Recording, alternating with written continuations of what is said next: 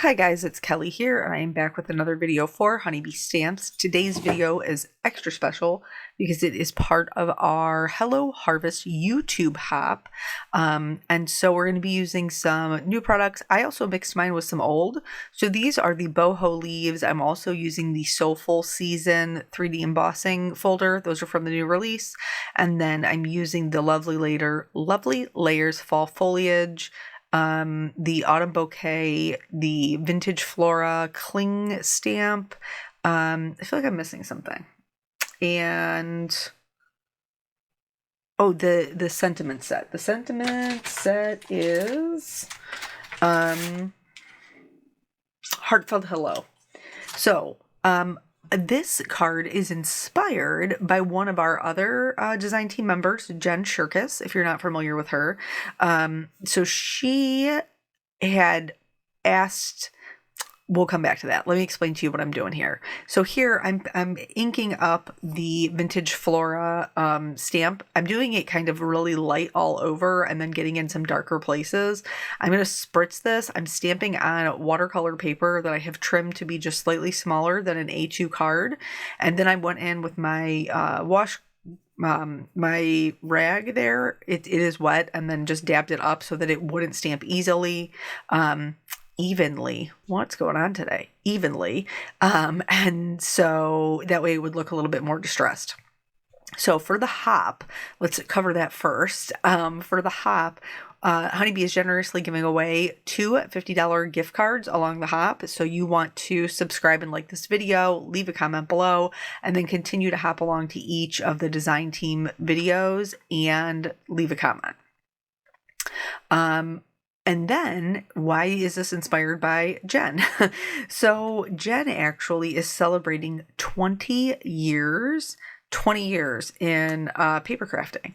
And so she had reached out to some of us and asked if we would be interested in, maybe doing like a case of her card, which is, if you're new to card making, you don't know what a case is.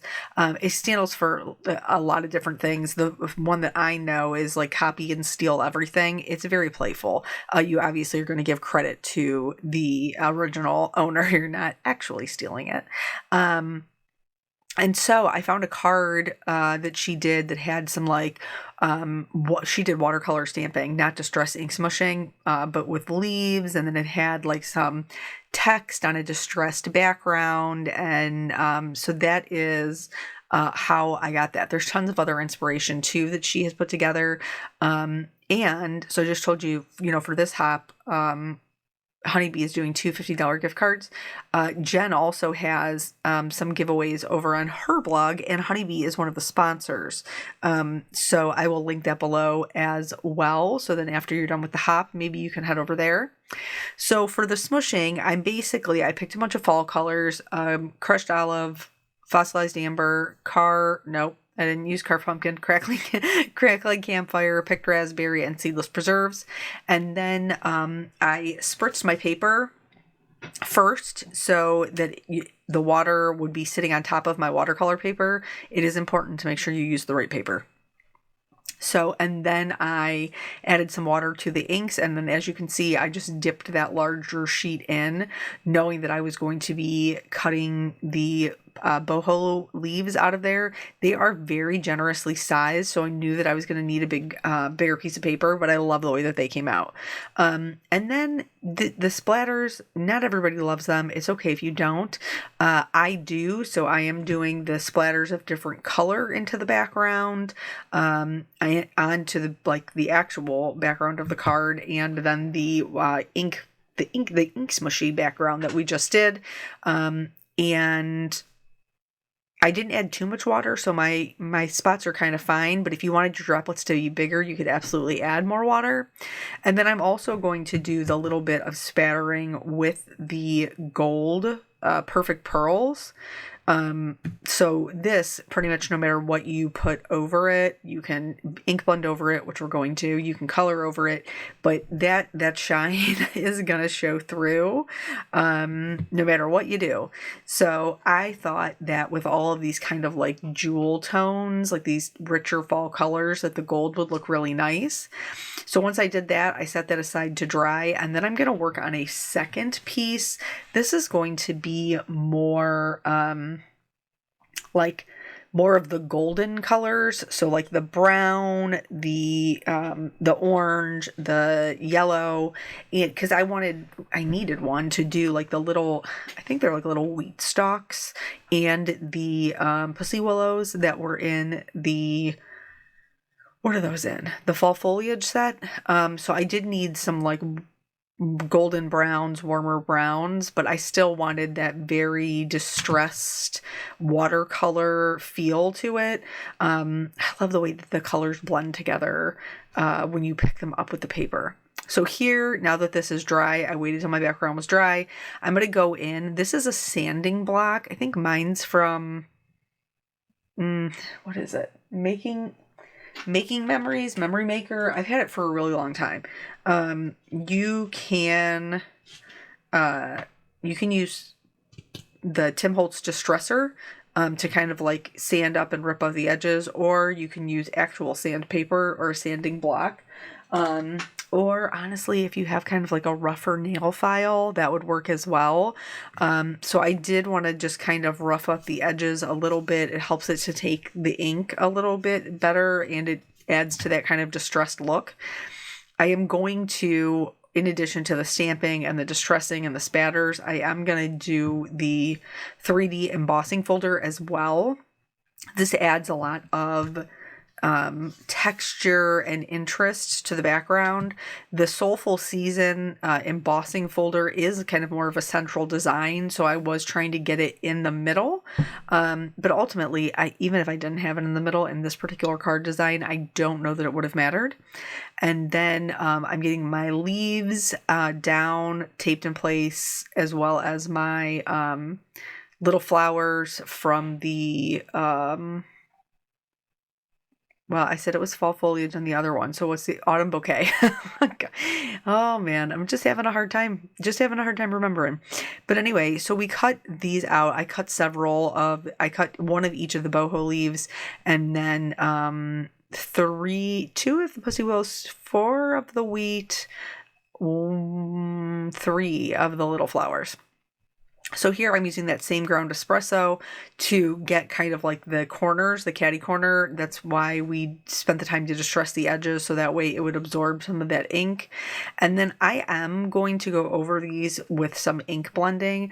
It's not going to get rid of that really soft watercolor look that we have going on in the background, but it is going to make them a little bit brighter, which is what I wanted. I felt like my leaves were a little bit muted, which I used regular distress inks, not oxide, so I'm not sure why I feel like they looked so muted. I don't know, but I felt like they did, so I added some ink blending over top.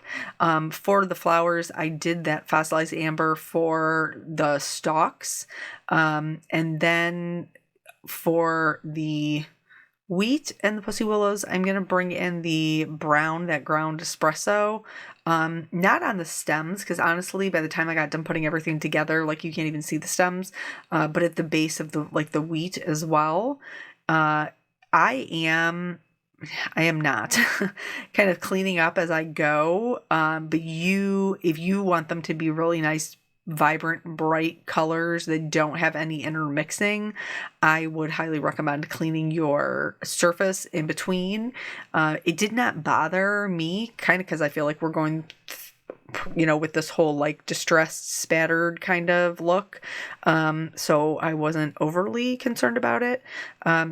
So then I added some orange to these little leaves as well, like the leaves on the flowery stalks. And then this Seedless Preserves, this is one of my favorite colors for fall. Like, it's just such a pretty, like, pinkish purple, that I just love it. It's one of my favorite fall colors, and I use it a lot. It's like a berry plum kind of color. So I did it on the 2 leaves and then on some of the flowers as well. And then now that those are all done and inked up, we can go ahead and start putting them together. So I'm going to put the top of this, what is the other name for this? Cattails, I think? I don't know. I'm not 100% sure. They might be cattails. So I'm going to put those together, and then I'm going to put the flowers on top of my leaves. And then honestly, I think those are the only things that we really had to put together. Like everything else was pretty simple, just the leaves. I did decide to heat emboss the sentiment. My original game plan was to do it on the craft and it would match the border on the background, because that's also how Jen had her car. Her card. Why can I not talk? That's also how she had her card. But I believe she had a white sentiment. I can't remember exactly, but I prefer, it was too light. I didn't like it light, so we're going to use that, what is this? Ground espresso, I think. We're going to use that to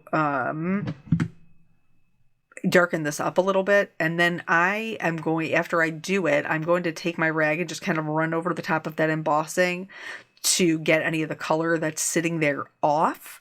I want it to be clean and bright white. And then once I have everything laid out how I want it, you could absolutely use like the press and seal hinge method here. So, you would leave everything where it was. You would cover it with press and seal. You would stick the other half to your glass mat or desk surface. And then that way you could pick up the side with the die cuts like a door hinge. But I sometimes don't have the best of luck with that. And so here what I'm doing is I'm just starting from the top layer and gluing everything down. Each time that I'm gluing them down, it's giving me more to pick up and then glue back down. So I think this one I only actually had to pick up the things like 2 or 3 times. So here I'm just like resecuring that stem to the back, and then I'll add more glue. I will put that on top of the items that I already have down. And even like you guys saw that I had put it all together and I was like, okay, I'm happy with that. Like sometimes even after you do that, you still aren't 100% thrilled. So please know that you're not alone in that. I do end up going back in and adding 2 more flowers. But because I added them after the fact, I did have to kind of pull up that's a maple leaf, like the top leaf, to tuck in one flower, and then the other one I just cut it so it butted up against my sentiment, and you couldn't tell that it wasn't tucked behind because it was like right up against it. So when you have all of these die cuts and things, all of these layers, sometimes it can be good to put something heavy on top of it and then just give it a few minutes to dry. That way it's getting good, even pressure, because we have so many layers that we're adding on to. I did not do that, but that is something that like I would highly recommend. I would highly recommend after the fact, because it is going to help everything just be more secure. So I put on my my little sentiment. My favorite color is autumn. I've used that sentiment before. I think it is super cute because, the fall colors, all the leaves. I live in Ohio, so we get to see them all. Something to note with the clear glitter pen, it does add glitter to them, which I love, but because we use distress inks and they are water soluble, it does mean that we can run the risk of moving that pigment around, which I did.